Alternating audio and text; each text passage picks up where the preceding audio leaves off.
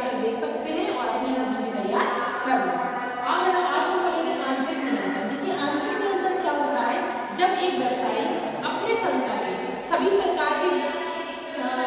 प्रकार की व्यवस्थाओं को, नीतियों को, रूल्स रेगुलेशन को और कर्मचारियों को कंट्रोल करता है।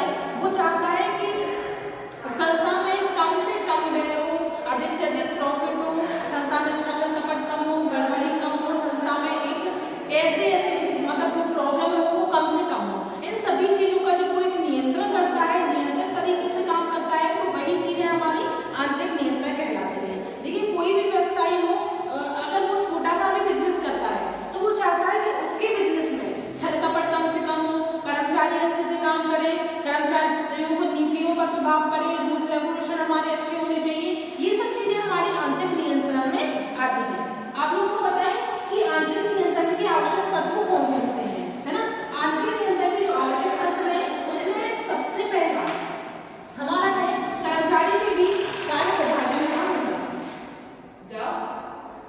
कर्मचारी के बीच कार्य विभाजन का होना। देखिए क्या होता है, जो बहुत सारे एम्प्लॉयर्स होते हैं, छोटे भी बड़े भी मैनेजमेंट भी, उनके बीच में कार्य का विभाजन होना, मतलब उनको एक बांटना, एक तरीके से काम को बांटना कि इस प्रकार के कर्मचारी ये कर्मचारी वो काम करेंगे, है ना। तो कार्य को विभाजन करना।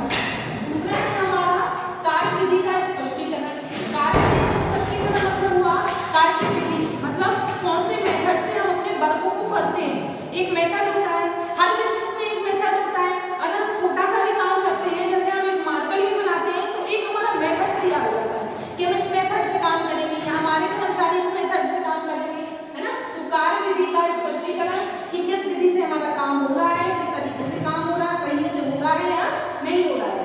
फिर नेक्स्ट है हमारा विभिन्न विभागों में आपसी संबंध का स्पष्टीकरण। विभिन्न विभागों में अगर एक बिजनेस में बहुत सारे अलग अलग विभाग हैं, तो उनमें जो आपसी संबंध है उसका भी स्पष्टीकरण जरूरी है कि आपस में वो कैसे संबंध से रहते हैं, मित्र वैर संबंध से रहते हैं या उनके यहाँ मतलब जो मधुर संबंध है वो कैसा है, तो उसका भी हमारा स्पष्टीकरण होता है।